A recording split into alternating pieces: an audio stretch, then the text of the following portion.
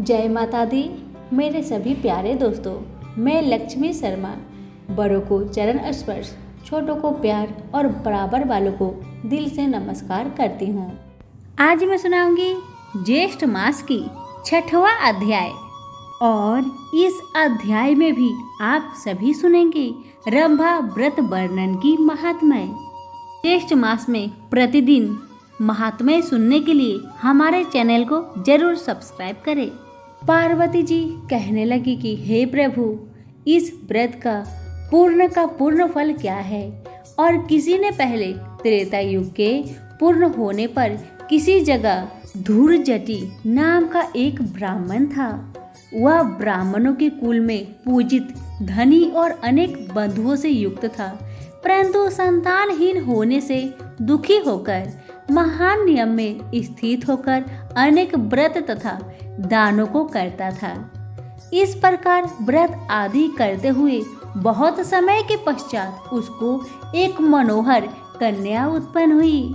विवाह योग कन्या को देखकर वह ब्राह्मण अपनी स्त्री के साथ विचार करने लगा कि इस सुंदर कन्या को किसको दे। इसके समान कोई वर दिखाई ही नहीं देता। ऐसा विचार कर वर देखने के लिए वह एक ग्राम से दूसरे ग्राम तथा बहुत से नगरों में जाने के पश्चात राजाओं के मंडल में गया। अनेक क्षेत्रों में जाकर जब उस ब्राह्मण को श्रेष्ठ कन्या के योग वर न मिला, तब शुद्धात्मा ऋषियों के तपोवन में प्रवेश किया।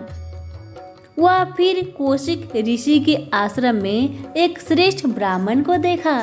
उसका नाम शिव शर्मा था और उसके माता पिता नहीं थे। उसका दूसरा प्रसिद्ध नाम रूप राशि था। समस्त भूमंडल में उसके जैसा रूपवान और कोई नहीं था। इसी कारण से ऋषियों ने उसका नाम रूप राशि रख दिया था। धूर्जटी ने उन ऋषियों के पास जाकर अपना आशय प्रकट किया। ऋषियों द्वारा विवाह प्रस्ताव का अनुमोदन करने पर वह शिव शर्मा को साथ लेकर हर्ष से प्रफुल्लित होकर नगर को आया और समस्त बंधुजनों को एकत्रित करके कन्या का विवाह शिव शर्मा के साथ कर दिया। पास ही रहने के लिए उसको घर दिया, गोधन और अनेक प्रकार के भेंट दिए तथा दूसरे ब्राह्मण को भी बहुत सी दक्षिणा दी। शिव शर्मा सहित सुशीला और गुणवती के साथ प्रपंच जनित अपूर्व सुख का आनंद करने लगा। इसके बहुत समय पश्चात काल से प्रेरित वह शिव शर्मा ब्राह्मण समिधा के निमित्त वन को गया और उस वन के एक वृक्ष की छाया में जाकर बैठ गया। उसी समय शिव शर्मा को एक अजगर आकर निगल गया और किसी ने भी इस कार्य को नहीं देखा। तब सूर्य देव भी अस्त हो गए।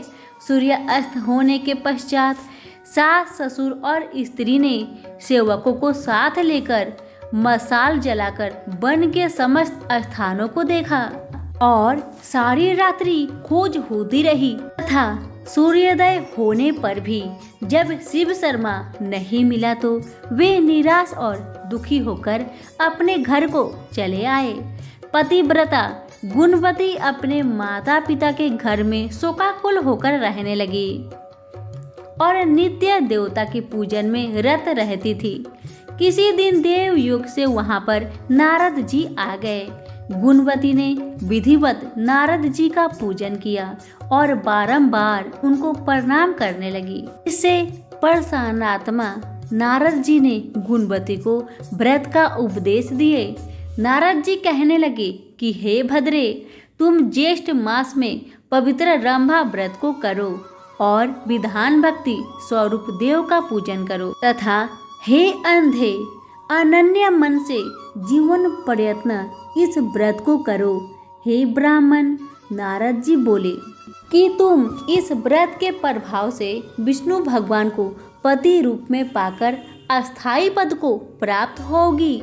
इस प्रकार नारद जी के उपदेश से वनवासिनी गुणवती ने केदली वन लगाया और नारद जी के कथा अनुसार समस्त कर्मों को किया और इस प्रकार बहुत सा समय बीत जाने पर वह वृद्धा अवस्था को प्राप्त हो गई तथा उसी वन में मृत्यु होने पर विमान में बैठकर स्वर्ग को गई। जन्मांतर में उस व्रत की पुण्य राशि से भगवान विष्णु की वल्लभा तुलसी हुई। विष्णु भगवान को तुलसी से अधिक और कोई वस्तु प्रिय नहीं है।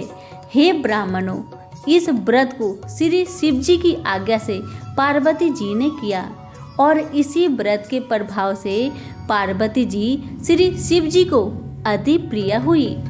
श्री स्कंद जी से इस ज्येष्ठ मास के श्रेष्ठ महात्म्य को सुनकर ब्रह्म ऋषियों ने पुष्पों की माला तथा भूषणों से श्री स्कंद जी का पूजन किया, जो स्कंद जी पार्वती के आनंद कंद और 6 मुखों को धारण करने वाले हैं। ज्येष्ठ मास महात्म्य रंभा व्रत महात्म्य का वर्णन 6वां अध्याय यहीं पर समाप्त होता है। धन्यवाद।